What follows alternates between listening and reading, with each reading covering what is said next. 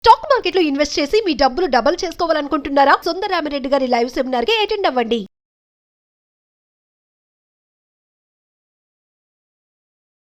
నమస్తే కళ్యాణ్ గారు. నమస్తే జయ గారు.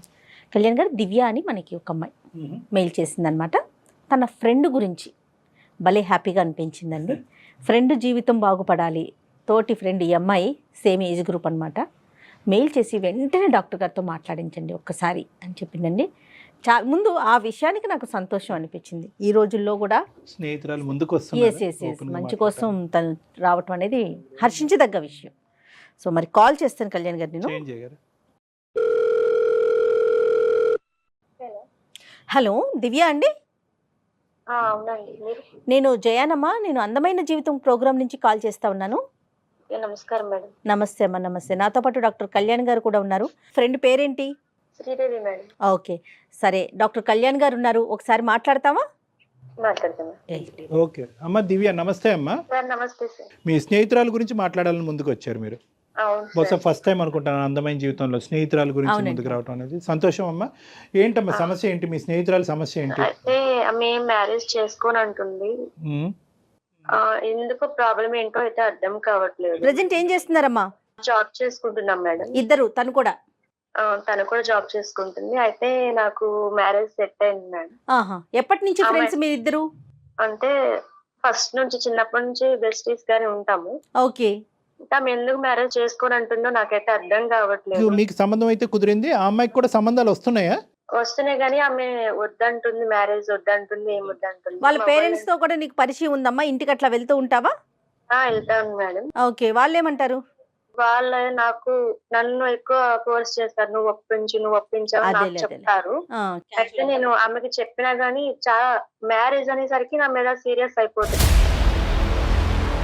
నేను కాల్ చేసి అడిగినప్పుడు కూడా ఇంకా సీరియస్ అయిపోయి నీతో కూడా మాట్లాడిన కట్ చేస్తాను అని చెప్పి సీరియస్ అయింది.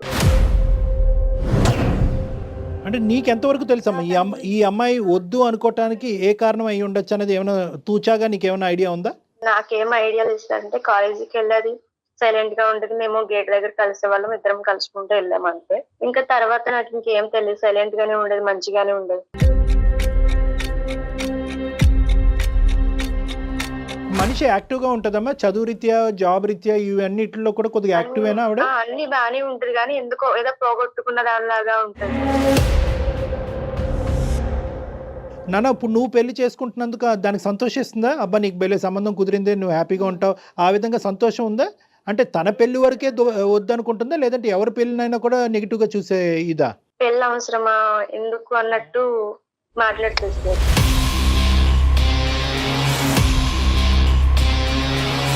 మగవాళ్ళతో కూడా మాట్లాడదు. మగవాళ్ళతో మాట్లాడదు? మగవాళ్ళతో మాట్లాడదు. మేము ఏదైనా సరదాగా జోక్ చేసినా ఒప్పుకోదు, ఆమెకు నచ్చదు. అంటే మామూలుగా కొద్దిగా అంటే బాయ్స్ ఆ జోక్స్ ఉంటాయి కదా, అవి కూడా నచ్చవు తనకి. అవును సార్. సో మగవాళ్ళు అనే ప్రస్తావనే తీసుకురాదు ఆ అమ్మాయి మీ డిస్కషన్స్ లో? లేదు సార్. Okay okay. నా వల్ల కాక. నీకు తెలిసినంత వరకు ఆ అమ్మాయికి లవరు ఎవరు లేరు కదమ్మా? ఎవరు లేదు సార్. సో నువ్వు ఈ రోజు మాట్లాడటం ప్రధానంగా ఏంటంటే వాళ్ళ తల్లిదండ్రుల తరపున మాట్లాడుతున్నావు. అమ్మ మేము ఒప్పించలేకపోతున్నావు, ప్రాణ స్నేహితురాలు కాబట్టి నువ్వు ఒకసారి మాట్లాడి చూడు అని చెప్పి నేను రాయబారం పేరెంట్స్ అమ్మా, అంతేనా? మరి నీ మాట వింటదనే నమ్మకం ఉందా? నా మాట వింటదని నమ్మకం లేదు సార్, అందుకే మీకు కాల్ చేశాను. Okay okay. మరి మాతో మాట్లాడదో ఈ సబ్జెక్ట్? అమ్మాయి చాలా నెగిటివ్ గా ఉంది కదా. ఎనీవే ఒకసారి ట్రై చేద్దాము. దివ్య, కనెక్ట్ చేస్తావమ్మా ఒకసారి మీ ఫ్రెండ్ కి? నేను కనెక్ట్ చేస్తాను మ్యామ్. అయితే మీరు కనెక్ట్ చేసినట్టు ఆమెకు తెలియదు, మీరు వినండి సార్ ఏం మాట్లాడుతుంది. The person you are speaking with has put your call on hold. Please stay on the line. Hello. Sridevi చెప్పే. ఎక్కడున్నావే? ఆఫీస్ లో ఉన్నా నేను. ఓకే. ఖాళీయా, బిజీయా నువ్వు? పర్లేదు చెప్పు. ఇంట్లో వాళ్ళు నాకు కాల్ చేశారు. ఎందుకు? మ్యారేజ్ గురించి మాట్లాడదాము. అబ్బా నీకు ఎన్నిసార్లు చెప్పాలి, పదే పదే మ్యారేజ్ అని చంపుక తింటావేంటే? కాదు, వాళ్ళ బాధ కూడా నువ్వు అర్థం చేసుకోవాలి కదనే. ఎన్ని రోజులు ఇలా ఉంటే వాళ్ళని బాధ పెట్టుకుంటూ నువ్వు బాధపడుతూ ఏమైంది చెప్పొచ్చు కదా నీ ప్రాబ్లం ఏంటో. ఇంకా ఇంకోసారి నువ్వు మ్యారేజ్ గురించి మాట్లాడమనుకో, నేను నీతో కూడా మాట్లాడని చెప్తున్నా. ఫోన్ కట్ చేస్తా ఇప్పుడు. సరే ఒక నిమిషం. అయితే ఒకసారి నువ్వు సార్కి మేడంతో ఒకసారి మాట్లాడు. ఎందుకు? దేనికి? నాకు మ్యారేజ్ అయ్యి నేను బయటకు వెళ్ళిపోతే నీతో మాట్లాడడానికి అవ్వదు, నీ మమ్మీతో మాట్లాడడానికి కూడా అవ్వదు. నేను అలానే హ్యాపీగా సంతోషంగా ఉండలేను. ఒక్క నిమిషం, సార్ వాళ్ళు చెప్పేది విను. నేను తప్పగా అనట్లేదు, ఒక్కసారి విను. శ్రీదేవి నమస్తే అమ్మా, నా పేరు జయ, నేను అందమైన జీవితం ప్రోగ్రాంలో నుంచి మాట్లాడుతున్నాను. మ్యామ్ చెప్పండి. మాకు చాలా హ్యాపీగా అనిపించిన ఒక విషయం చెప్తా చూడు. దివ్య నీ కోసం కష్టపడి, అంటే నేను ఎంత సంతోషంగా ఉంటున్నానో నా ఫ్రెండ్ కూడా అలానే సంతోషంగా ఉండాలని చెప్పి మాకు మెయిల్ చేయటం, తను నీతో మీ ఇద్దరు మాట్లాడుకునే ఆ కన్వర్జేషన్ సూపర్. మంచి ఫ్రెండ్స్ మా, చాలా హ్యాపీగా అనిపించింది. మీ పాత ఫ్రెండ్షిప్స్ అవన్నీ గుర్తొస్తాయి. మాకు గుర్తొస్తా అంటే ఉన్నాయి. అమ్మాయి చెప్పిన దాంట్లో, నమస్తే అమ్మ, డాక్టర్ కళ్యాణ్ చక్రవర్తి. నమస్తే సార్. శ్రీదేవి అంటే తను ఒక మాట అందమ్మా, చాలా అది మనసుకి ఇది పరిచే ఒక అంశము. అంటే నేను పెళ్ళి అయ్యి నేను వెళ్ళిపోతా, తర్వాత నీ బాధను అర్థం చేసుకోవటానికి ఒక 10 మాటలు మాట్లాడటానికి, ఇటువంటి అంశం గురించి చర్చించడానికి అటువైపు మీ తల్లిదండ్రులు సరిపోరు, నేను ఉండను అని అనే మాట చాలా మంచి మాట అమ్మా. మీ పేరెంట్స్ మాకు ఫోన్ చేయలే, ఓకే, మీ పేరెంట్స్ నిన్ను అడిగి వాళ్ళు అలసిపోయి వయసు వచ్చినటువంటి ఆడబిడ్డకు పెళ్లి చేసుకోవాలనేటటువంటి కోరిక తపన ప్రతి తల్లిదండ్రులకు ఉంటుంది. ఆ తపనతో ఏంటంటే నీకు చెప్పలేక ఆ అమ్మాయికి చెప్పి, ఆ అమ్మాయి చెప్పలేక ఆ అమ్మాయి మా చేత చెప్పిస్తుంది. సో ఇప్పుడు నా ప్రశ్న ఏంటంటేనమ్మా, ఎందుచేత ఇప్పుడు అంటే పెళ్ళి అంటేనే ఇష్టం లేదా, లేదంటే పెళ్లి గురించి నీకు ఎటువంటి అభిప్రాయం ఉంది, ఎందుకు నువ్వు పెళ్ళి వద్దు అనుకుంటున్నావు, నీ మనసులో ఎవరైనా ఉన్నారా? అదేం లేదు సార్, నాకు పెళ్ళి అయితే వద్దు సార్. పెళ్లి మీద నాకు ఇంట్రెస్టే లేదు సార్. కారణం ఏంటమ్మా? మీ అభిప్రాయాన్ని మేము గౌరవిస్తాం, అందరికీ పెళ్లి అంటే నచ్చాలని ఏం లేదు. ఏం లేదు సార్, పెళ్ళి అంటే నాకైతే ఇష్టం లేదు సార్, అంతే. అంటే దానికి ఒక రీజన్ ఉంటుంది కదమ్మా, నేను పెళ్లి చేసుకోకూడదు అని అనుకోవటానికి. నువ్వు ఏదైనా చూసుండొచ్చు, ఎక్కడైనా గమనించుండొచ్చు, ఏదైనా బాధపడి ఉండొచ్చు. ఇదివరకు మనం మాట్లాడుకుని చాలా సందర్భాల్లో మాట్లాడుకున్న మనసులో ఎవరో దాగున్నారు, అతన్ని అయితే పెళ్లి చేసుకుంటాను కాబట్టి ఈ పెళ్ళి వద్దంటాను, ఆ కాన్సెప్ట్ నాకు వినిపించట్లేదమ్మా. ఇక్కడ ఏంటంటే బహుశా శ్రీదేవి ఏదో చెప్పవలసింది మనసులో దాగుంది, కానీ అది చెప్పలేనటువంటి పరిస్థితిలో ఉన్నట్టు అనిపిస్తుంది.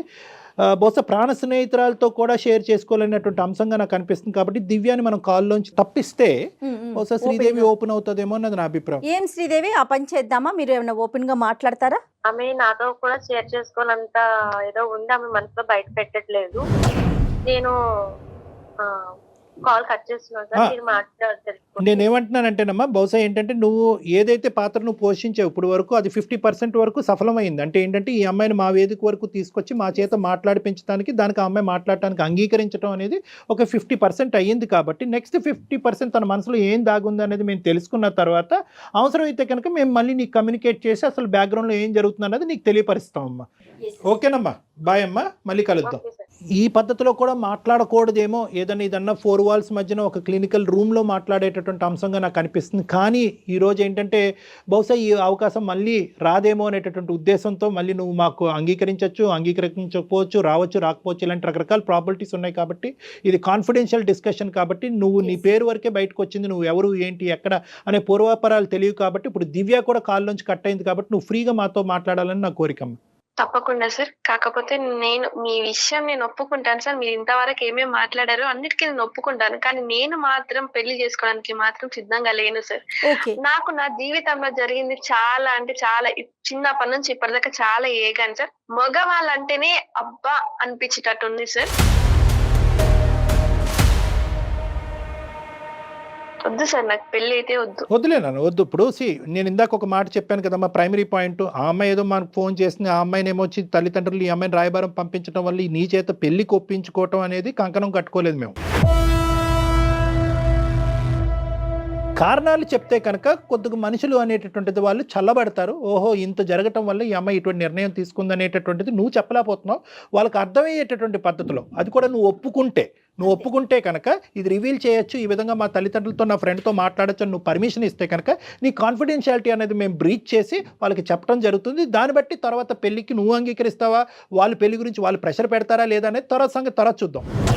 చిన్నప్పటి నుంచి ఇప్పటిదాకా సార్ నేను ఎవరితో షేర్ చేసుకోలేదు, మా ఇంట్లో వాళ్ళతో కానీ, ఇప్పుడు నాతో మాట్లాడిన నా ఫ్రెండ్ తో కానీ కూడా నేను షేర్ చేసుకోలేదు సార్.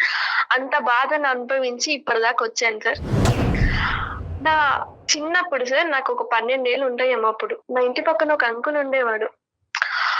ఆ అంకుల్ తో మాడుకునే వాళ్ళు, నార్మల్ గా పిలిచేవాడు. తను నన్ను ముట్టుకోవడం, ప్రైవేట్ క్లాస్ లో ముట్టుకోవడం, అది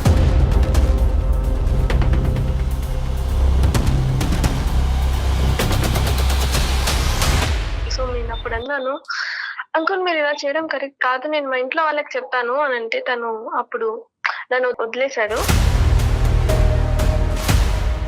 తర్వాత ఇంటర్లో సార్, ఇంటర్లో ఏంటంటే చదువుకునే వాళ్ళం, అందరూ ఉండేవాళ్ళం. కానీ మా సార్ మాత్రం నా వెంట పడి అది ఇది మాట్లాడడం కానీ,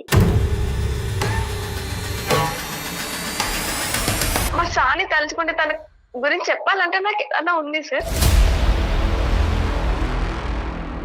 ఎక్కడ పడితే అక్కడ టచ్ చేసేవాడు, ఏది పడితే చేసేవాడు, ఎట్లా పడితే అట్లా మాట్లాడేవాళ్ళు. చాలా అంటే చాలా మాట్లాడేవాడు సార్. నేను అసలు దానికి ఆన్సర్ ఇవ్వలేక మళ్ళీ ఎక్కడ నా చదువు డిస్టర్బ్ అవుతుందో నేను ఏమని దాన్ని కాదు సార్. చెప్పలేదమ్మా ఎప్పుడు ఇంట్లో కూడా? శ్రీదేవి ఎవరికి చెప్పలేదా నువ్వు? లేదు, మేము ఎవరికి చెప్పలేకపోయాను ఆ సిచ్యువేషన్. నేను ఎవరికి చెప్పుకోగలను సరే, నేను అందరు ముందర బ్యాడ్ అవుతానేమో, నువ్వు చనువియకపోతే వేరే వాళ్ళు ఎందుకు నీ దగ్గరకు వస్తారు అని నా టాపిక్ వస్తదేమో అని నేను ఎవరికి కాదు నాన్న, ఫ్రెండ్స్ కానీ పోనీ కదమ్మా, ఇంట్లో సపోర్టివ్ అట్మాస్ఫియర్ ఏనమ్మా? ఇంట్లో అంటే అమ్మ నాన్న అర్థం చేసుకునే వాతావరణమేనా మీ ఇంట్లో? సార్ ఇంట్లో వాళ్ళు చెప్తే అర్థం చేసుకున్నారంటే మీ దాకా రాదేమో సార్ ఇప్పుడు ఈ సిచ్యువేషన్ నాకు తెలిసి. మా ఇంట్లో వాళ్ళు అసలు, మా డాడీ ఒక డ్రింకర్ సార్, మా మమ్మీ నన్ను ఇప్పటిదాకా చిన్నప్పటి నుంచి ఇప్పటిదాకా నన్ను ఆ పని ఈ పని చేసి నన్ను ఇప్పటిదాకా చదివించింది మాత్రం మా అమ్మనే సార్. ఇప్పుడు మా డాడీ మంచిగా పడ్డాడేమో కానీ మంచిగా ఉన్నప్పుడు అయినా వర్క్ చేసి మమ్మల్ని పెంచలేదు సార్. తను తాగి వచ్చి మా మమ్మీని అట్లా పడితే అట్లా కొట్టేవాడు సార్. డిగ్రీలో సార్ ఇలానే ఫ్రెండ్స్ ఉండేవాళ్ళు సార్, మేము అందరం ఫ్రెండ్స్ ఉండేవాళ్ళం. అయితే ఒక రోజు మా ఫ్రెండ్ బర్త్డే ఉంది, సో అందరం కలిసి వెళ్ళాము జాలీగా బయటికి. సో ఒక రోజు నా మీద కూల్ డ్రింక్ పడ్డది బర్త్డే రోజు. సో అలా వాష్రూమ్కి వెళ్ళి నేను క్లీన్ చేసుకుంటుండే, నా ఫ్రెండ్ వచ్చి అలా నడుము పట్టుకోవడం, గిచ్చడం, ప్రైవేట్ క్లాస్ లో ముట్టుకోవడం, ఎట్ల పట్ల అట్లా కిస్ చేయడం. అక్కడ ఫ్రెండ్ కూడా నన్ను అలా చేస్తుంటే నేను ఇంకెవరిని నమ్మాలి సార్. జాబ్ లో జాయిన్ అయ్యాను సార్. అక్కడ మేనేజర్ ఓకే, అలా అక్కడ మంచిగా అనిపించింది సార్. మేనేజర్ చాలా మంచోడు, నాతో కాదు అందరితో పాటు కూడా మంచిగా ఉన్నాడు సార్. ఒక రోజు మేమందరము ట్రిప్ కి వెళ్ళాం సార్, ఆఫీస్ నుంచి ఒక ట్రిప్ కి వెళ్ళాము. డిఫరెంట్ రూమ్స్ తీసుకున్నాము, సపరేట్ గా ఉన్నాము. సో తను ఒక రోజు వచ్చాడు నా రూమ్ కి, ఏమైందో తెలియదు సార్ నాకు ఆ రోజు. సరే నేను పడిపోయాను. సో మార్నింగ్ లేసే వరకు తను నా పక్కన ఉన్నాడు. ఏంటిది నా పక్కన ఉన్నాడు ఏంటి అనుకున్నాను. సో అయిపోయింది సార్. అప్పటికే నాకు తన మీద గుడ్ ఒపీనియన్, ఎవరితో ఏమి మిస్బిహేవ్ చేయలేదు కదా, మంచిగా ఉన్నాడు కదా, సరే మ్యారేజ్ చేసుకుందామని నాకు ఒక థాట్ వచ్చింది. సో ఇదే విషయం వెళ్ళి నేను తనకి చెప్పాను, సరే ఇలా ఏదో అయిపోయింది, నాకు నీ మీద మంచి ఒపీనియన్ ఉంది, మీరు కూడా నా మీద మంచి ఒపీనియన్ ఉంది కదా, మ్యారేజ్ చేసుకుందాం సార్ అని చెప్పాను. సో తను అప్పుడు నాకు చెప్పిన సమాధానం ఏంటంటే, నాకు ఆల్రెడీ మ్యారేజ్ అయ్యిందమ్మా, కావాలంటే నేను నిన్ను ఉంచుకుంటాను, నీకు ఏ ఫిజికల్ గా కానీ దేంట్లో అయినా సరే నేను హెల్ప్ చేస్తాను, ఫైనాన్షియల్ అయినా సరే నేను ఉంచుకుంటాను అని చెప్పాడు. నాకు ఆ టైంలో ఏం చేయాలో అర్థం కాలేదు సార్. తనని ఇంకా కొట్టేసి అటు నుంచి వెళ్ళిపోయాను సార్. ఇంకా జాబ్ మానేశాను, అన్ని మానేశాను, ఇంట్లో ఉన్నాను. డిప్రెషన్ లో ఉన్న టైంలో అసలు మా ఇంటి ముందు ఉండే ముసలోడు కూడా నన్ను అడ్వాంటేజ్ చేసి తీసుకున్నాడు సార్. అసలు నేను ఇవ్వని నమ్మాలి సార్, ఈ ప్రపంచంలో అసలు అబ్బాయిలు ఇలా ఉంటారా, ఏం చెప్పలేకపోతున్నాను సార్. ఆ టైం వరకు ముసలోడు చిన్నప్పటి నుంచి ఇప్పటిదాకా బాధపడుతున్నా, నాలో నేను కుమిలిపోతున్నాను సార్. చెప్పండి సార్, ఏం చేయమంటారు నన్ను? చెప్పడానికి మాటలు కూడా సరిపోవమ్మా, ఎందుకంటే ఒక ఆడపిల్ల బహుశా నేనైతే మాత్రము ఇటువంటి అబ్యూజ్ని డెత్తో కంపేర్ చేస్తానమ్మా. డెత్ అంటే మానసికంగా చనిపోవటంతో కంపేర్ చేస్తాను. అంటే అందులో most difficult face for you, అన్ని ఫేసెస్ డిఫికల్టే, ఓకే, ఏది నువ్వు ఇంటర్మీడియట్లో కానీ 10th కానీ ప్రతి ఫేసు డిఫికల్టే, కానీ ఊహ తెలియనటువంటి ఒక ఫేస్ ఉంది చూడు, ఆ 12 సంవత్సరాల వయసు అప్పుడు ఆ ఫేసు, ఆ దుర్మార్గుడు ఎవడైతే కనుక నీతో ఆట పాట అనుకుంటూ చండాలంగా ప్రవర్తించినటువంటి చూడండి, అది అన్నిటికంటే అతి భయంకరమైనటువంటి సంక్షోభం అమ్మ. మిగతా చోట్ల ఎంతో కొద్ది గొప్ప నీకు ఊహ తెలుసు, ఒక ఆలోచన ఉంది, ఒక జడ్జిమెంట్ ఉంది, ఒక మనిషి నుంచి, ఒక వాతావరణం నుంచి బయటపడేటటువంటి దానికి ఒక అవకాశం ఉంది. బహుశా ఇప్పుడు నిన్ను ఇవన్నీ చెప్పిన తర్వాత అయినా పర్లేదమ్మా, నీకు మంచి మొగుడు వస్తాడు, నువ్వు పెళ్లి చేసేసుకో అమ్మా, నిన్ను పువ్వుల్లో పెట్టి చూసుకుంటాడు, మీ అయ్యలాగా ఉండడు, నువ్వు చూసినటువంటి మిగతా నలుగురు మగాళ్ళలాగా ఉండడు అని చెప్పడానికి నాకు ధైర్యం సరిపోవట్లే. నిజంగా నేను చెప్తున్నాను కదా, నాకు ధైర్యం సరిపోవట్లేదు. ఎందుకంటే ఈ వాస్తవాలను అన్నీ కూడా జీర్ణించుకుని ఈరోజు నువ్వు బయటపడి ఈరోజు మనసు విప్పి మాతో మాట్లాడుతున్నావు చూడు, అది చాలు, అది చాలమ్మా. ఎందుకంటే కనుక ఈరోజు నువ్వు ఆ బాధ నుంచి నిన్ను సేద తీర్చి బయటకు వేయగలిగితే కనుక నీ మనసులో ఉండేటటువంటి బాధను తీసి నిన్ను ఒక మనిషిలాగా నిన్ను బయట ప్రపంచంలో ఒక నమ్మకంగా, ఎందుకంటే ఈ సమాజంలో ఉంది మగవాళ్ళు ఆడవాళ్ళు, ఇటువంటి సమాజంలో మగవాళ్ళని చేదరించుకుంటూ అసహించుకుంటూ నీ జీవితాంతం ఇంకా రానున్న రోజుల నుంచి ఒక 70-80 సంవత్సరాల పాటు నువ్వు ప్రయాణం చేయటం అనేది ఇలా అసహించుకుంటూ చేదరించుకుంటూ ఎంతకాలం బతుకుతావు అనేది నాకు అర్థం కావట్లేదు. మగవాళ్ళు లేనటువంటి ప్రపంచాన్ని మేము సృష్టించలేము, అది ఊహించుకోవటం కూడా కష్టం, అది చేయలేనటువంటి ఒక అంశం. ఒక 5-6 ఒక ప్రస్తావన తీసుకొచ్చావు, ఇంక్లూడింగ్ యువర్ ఫాదర్. వీళ్ళేనా నువ్వు చూసినటువంటి మగవాళ్ళు? వేరే మగవాళ్ళని ఎవరిని చూడలేదా నువ్వు?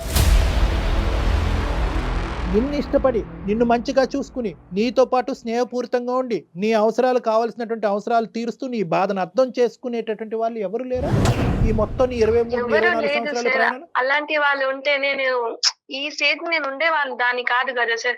వాళ్ళకి చెప్పి నన్ను నా బాధను వాళ్ళతో షేర్ చేసుకొని నన్ను ఇలా చేస్తున్నారు అంటే వాళ్ళు సాల్వ్ చేస్తుండే కదా. అలాంటి వాళ్ళు లేకనే కదా సార్ నేను ఈ సిచ్యువేషన్ లోకి వచ్చింది. తను చూసిన ప్రపంచంలో తనకి కనిపించలా. లేకపోయి ఉండొచ్చు జయ గారు, ఒకటి అది కరెక్టే ఏమో, అది కరెక్టే అయి ఉండొచ్చు. కానీ నేనేమంటున్నానంటేనమ్మా, ఎక్కడో నీకు ఇప్పుడు ఇంప్రెషన్ మారటం కాదు, మగవాళ్ళ గురించి ఇప్పుడు ఇంప్రెషన్ కాదు, మగవాళ్ళ గురించి నీకు ఉండేటటువంటి ఇంప్రెషన్ ఎప్పుడో మారిపోయింది. దానివల్ల ఏమైంది అంటే కనుక చాలా సందర్భాల్లో ఒక అవకాశం ఉండి, ఒక ఆలోచన ఉండి, ఒక సిచ్యువేషన్ ఉన్నా కూడా చాలామంది మగవాళ్ళతో నువ్వేంటంటే అంటీ అంటున్నట్టుగా ముట్టినట్టుగా వెళ్ళిపోయేవేమో అనేది నా అభిప్రాయం. లేకపోవటం కాదు, ఎందుకంటే అందరు మగవాళ్ళని ఇదే కేటగిరీలోకి వేయటం అనేటటువంటిది కరెక్ట్ కాదు. అంత స్థాయి డెసిషన్ తీసుకునేటటువంటి అనుభవాలు, ఆలోచన శైలి కూడా నీకు ఆ వయసు కూడా లేదు అనేది నా అభిప్రాయం. అందరినీ అదే బుట్టలో వేసి మగవాళ్ళు అందరూ కూడా దుర్మార్గులు, చండాలమైనటువంటి వాళ్ళు అనేటటువంటి అంశాన్ని బహుశా నీ బ్రెయిన్లో ఇప్పుడు కాదు ఎప్పుడో నాటుకుపోవటం వల్ల, అందరి నుంచి దూరంగా వెళ్ళిపోవటం వల్ల ఆఖరికి నీకేంటంటే మంచి వాళ్ళు తక్కువగా తగిలారు, చెడ్డవాళ్ళు ఎక్కువగా తగిలారు. కాబట్టి నీకు ఒక అభిప్రాయం అనేది నీ మానసికంగా ఒకటి క్రియేట్ అయిపోయింది. మగవాళ్ళు ఆ జాతే కరెక్ట్ కాదు, అటువంటి జాతిని నేను చూడటమే తప్పు, అటువంటి జాతిని పెళ్లి చేసుకుని ఒక ప్రయాణం కొనసాగించడం అనేటటువంటిది అసలు నేను ఊహించుకోనటువంటి అంశంగా నువ్వు ఒక నిర్ణయంకి వచ్చేసావు అనేది నా అభిప్రాయం. నీ బాధను నేనేమి ఇక్కడ తక్కువ చేసి మాట్లాడట్లేదు. నీకు జరిగినటువంటి సంఘటనలు ఏదో జరిగిపోయినాయి అమ్మా, ఈ రోజు నువ్వు మర్చిపోయి నువ్వు ఆటోమేటిక్గా కళ్ళు మూసుకుని ముందుకెళ్ళిపో అనేటటువంటిది అనట్లేదు. నెక్స్ట్ ఏంటి లైఫ్లో నువ్వేమనుకుంటున్నావు? ఇంకో విధంగా నీ జీవితాన్ని చూడటానికి, ఊహించుకోవటానికి ఒక అవకాశం ఉందా? నాకు అసలు జీవితం మీద విరక్తి వస్తుంది సార్. నాకు అసలు బతకాలని ఓపే లేదు. ఇప్పుడు బతుకుతున్నాను అంటే దానికి కారణం మా అమ్మ. తన వల్ల నేను ఇప్పుడు బతుకుతున్నాను. ఇంకా మంచిగా బతకాలి అలాంటి థాట్స్ అయితే నా దాంట్లో ఏం లేవు సార్. నేను మానసికంగా చచ్చిపోయాను సార్.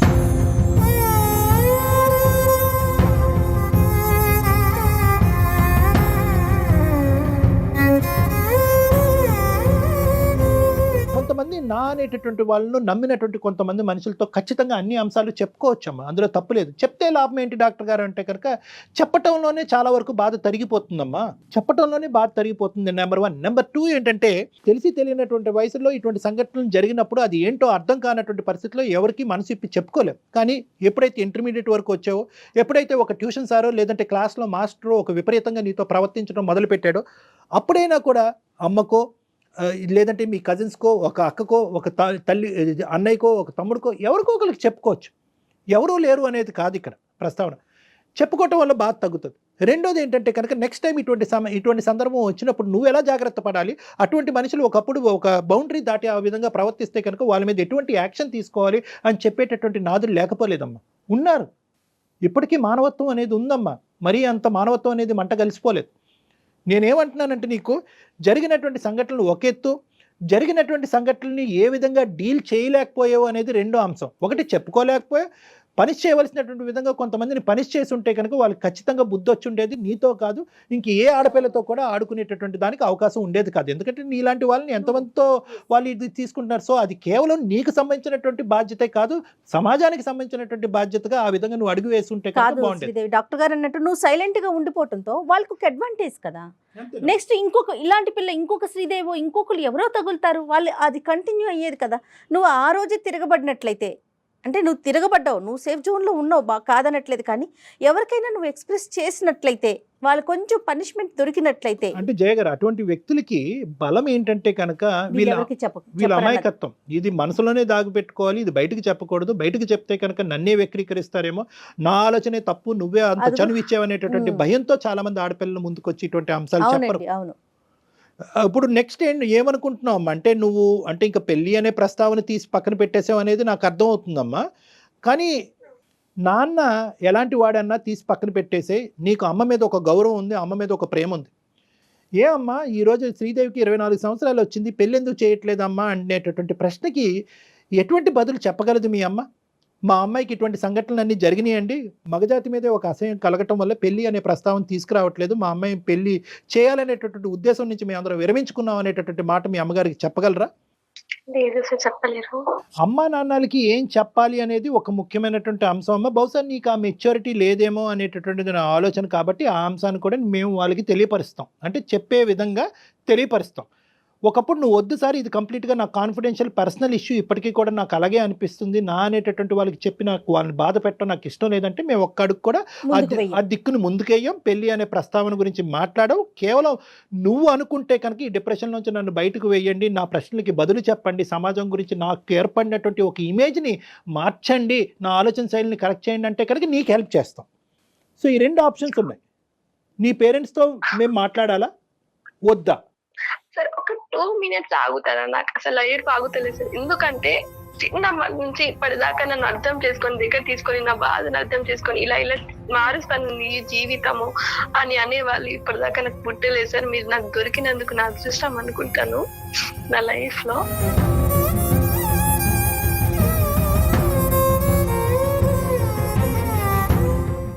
అమ్మ టేక్ యూర్ టైం అమ్మ. నేనేమి పుష్ చేయట్లేదు, ఎటువంటి అంశంలో నేను ముందుకు తొయ్యట్లేదు.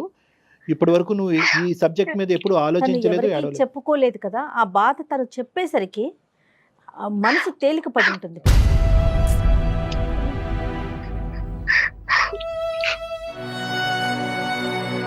ఎవరికైనా ఏదైనా ఒక సందర్భంలో ఫేస్ చేస్తాం డాక్టర్ గారు, ఆడపిల్లలు ముఖ్యంగా ఏదో ఒక సందర్భంలో ఫేస్ చేస్తూ ఉంటారు కొంతమంది.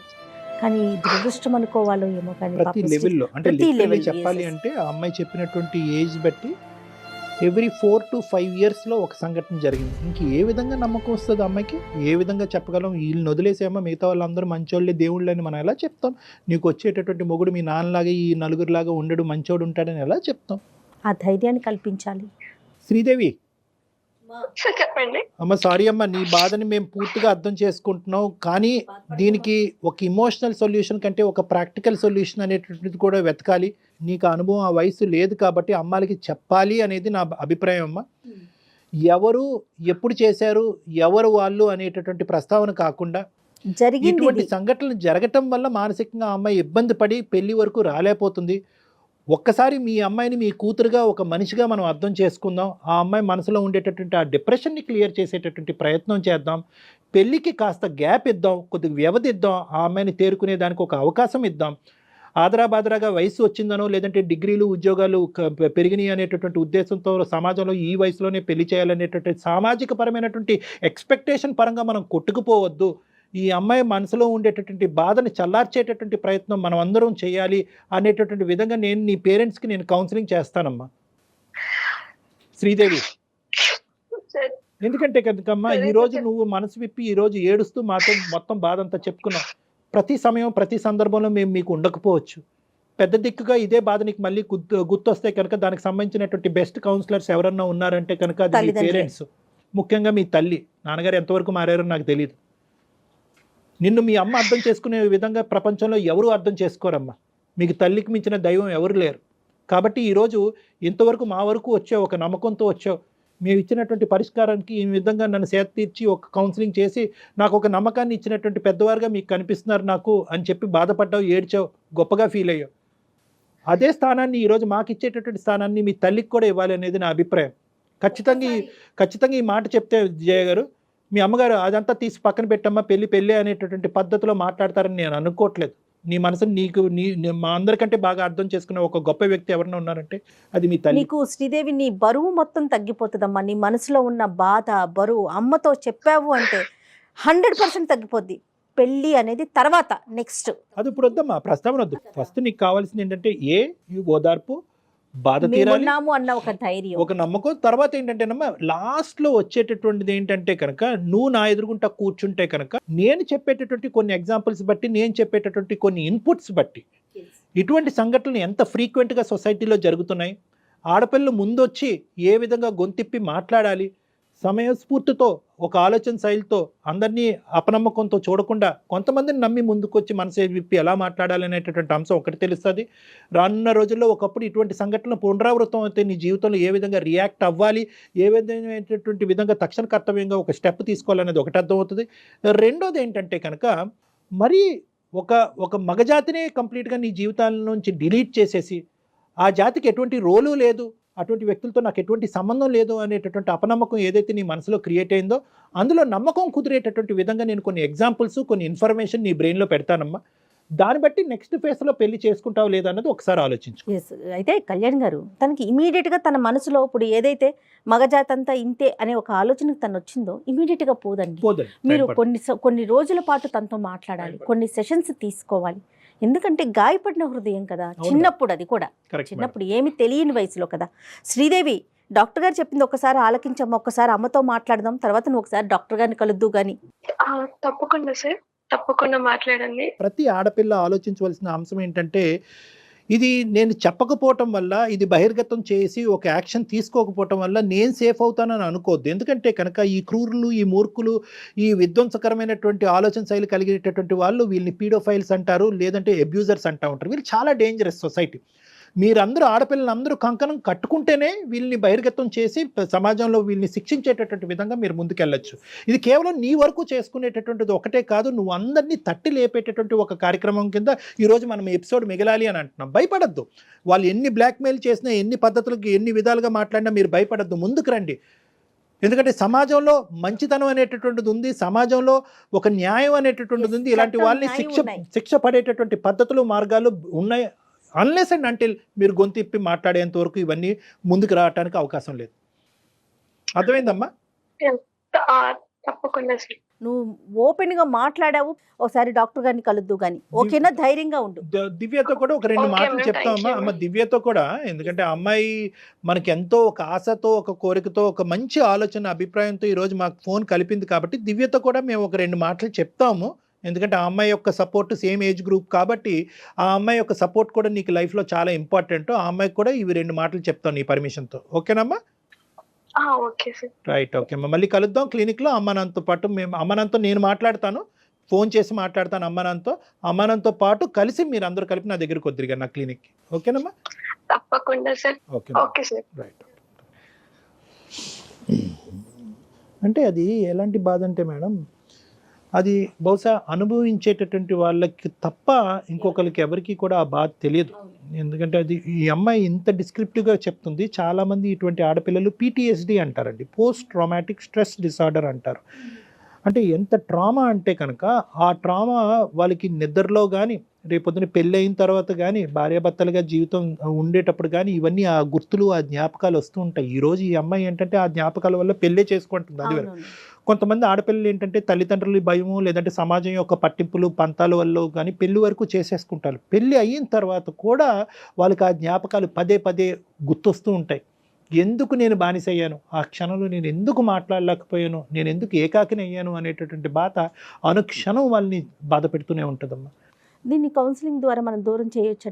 కౌన్సిలింగ్ ద్వారా చాలా వరకు ఇటువంటి ఇమోషన్స్ని తగ్గించవచ్చమ్మా. బాధనైతే కనుక పూర్తిగా తీయలేము, ఆ జ్ఞాపకాలను అయితే కడిగేలేము, కానీ అది చెప్పుకునే దానికి కౌన్సిలింగ్ అనేది ఒక అవకాశం, ఒక ప్లాట్ఫామ్, దాంతోపాటు ఒక సపోర్ట్ సిస్టమ్ అనేది అమ్మాయికి ఇప్పుడు ఈ అమ్మాయికి లభించినట్టుగా ఒక నమ్మకం కల్పిస్తావు. ఓకే, ఈ బాధను వినటానికి నలుగురు మనుషులు ఉన్నారు, ఈ బాధను అర్థం చేసుకోవడానికి ఒక మనిషి ఉన్నాడు, ఈ బాధ గురించి మాట్లాడి నాకు ఒక దారి చూపెట్టేటటువంటి దానికి ఒక దిక్కు ఉన్నది అనే ఒక నమ్మకం వచ్చినప్పుడు అద్భుతంగా ఉంటుందమ్మా.